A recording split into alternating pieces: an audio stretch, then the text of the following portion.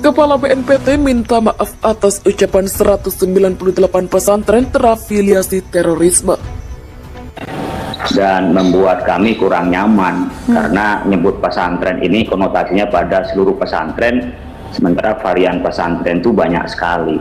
Kalau sudah afiliasi pada terorisme, saya pikir tidak perlu diumumkan, tidak perlu dibocorkan karena data intelijen tetapi ditangani. Kalau sudah dijelaskan seperti masuk pada terorisme, sudah jelas melanggar undang-undang, maka dilakukan penindakan. Ya, kalau kita memang masih itu dalam ranah radikalisme, belum pada terorisme, itu dilakukan pencegahan. Karena diksinya yang digunakan adalah terorisme, berarti dia sudah mengarah pada ekstremisme dan mengarah kepada penghancuran. Oleh karena itu, ini menjadi perdebatan polemik publik karena bocor ke publik, sementara itu data intelijen. Maka tidak salah kalau teman-teman ya, kalau kita bukan hanya membuka tapi ditindak kalau memang itu ada buktinya. Tapi kalau nggak ada buktinya ya tidak perlu rame-rame di publik biar tidak menjadi kita fobia kepada pesantren. Orang menjadi tidak nyaman menyantrikan anaknya. Nah, disinilah sebenarnya kalau dibuka ke publik kemudian dilakukan penindakan, jelas ada oknum barangkali untuk pendirian pesantren. Disinilah sebenarnya berkoordinasi dengan Kementerian Agama agar izin operasionalnya bisa dicabut sehingga dengan sendirinya pesantren itu bubar. Menyampaikan juga permohonan maaf karena memang penyebutan nama pondok pesantren ini diyakini memang melukai perasaan dari pengelola pondok umat Islam yang tentunya bukan maksud daripada BNPT juga. Jadi muncul nama pondok pesantren ini tentu tidak bermaksud menggeneralisir bahwa yang terkoneksi di sini adalah berkaitan dengan individu. Jadi bukan lembaga pondok pesantren secara keseluruhan. Metodologinya apa? Kerangka teorinya apa sehingga menghasilkan 196 pesantren yang sangat banyak seperti itu tidak masuk di akal. Dan saya kira memang kelompok-kelompok teroris itu jarang sekali bergerak dengan basis pesantren, itu jarang sekali, sangat. Nah, saya melihat dari sisi pengumuman ini saja sebagai satu fenomena 198 masjid kemudian mau dipetakan, itu dari sisi diksinya saja menurut saya menimbulkan masalah, ya, menimbulkan satu masalah dan kegaduhan, kecurigaan dan sebagainya. Kita sekali lagi ingin Indonesia ini damai dan sejauh ini menurut saya damai. Justru yang saya tekankan tadi itu, yang tidak damai, yang jelas-jelas ada ancaman senjata dan lainnya, bukan ada di perbatasan sana, ya, di ujung timur kita. Itu yang harusnya diprioritaskan. Banyak masyarakat kenapa sih? Kok yang diprioritaskan mau memetakan masjid? Kenapa? Beda di sana kayaknya biasa-biasa saja dianggapnya atau sampai menimbulkan korban.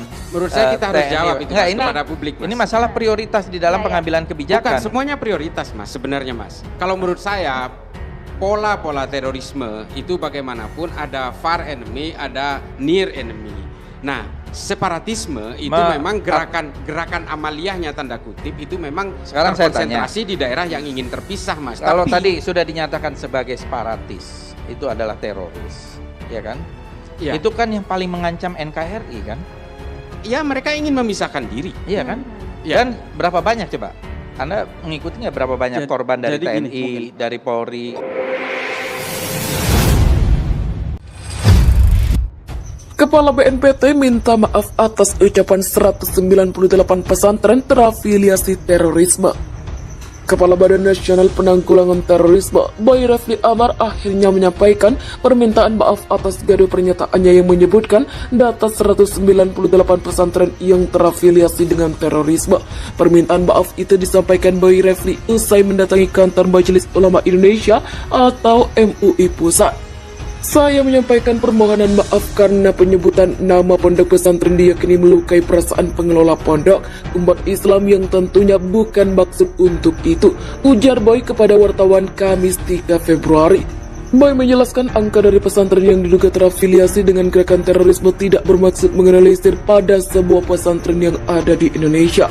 Makna terafiliasi yang BNPT sebutkan itu, kata dia, maksudnya berkaitan dengan individu bukan lembaga pondok pesantren secara keseluruhan. Jadi ada individu-individu yang terhubung dengan pihak yang terkena proses hukum terkait dengan terorisme, tuturnya. Data BNPT itu lanjutnya merupakan rangkuman dari proses hukum kasus terorisme. Menurutnya data tersebut adalah hasil himpunan selama 20 tahun terakhir dan digunakan untuk menunjukkan bagaimana pencegahan dilakukan agar tidak berdampak buruk bagi masyarakat.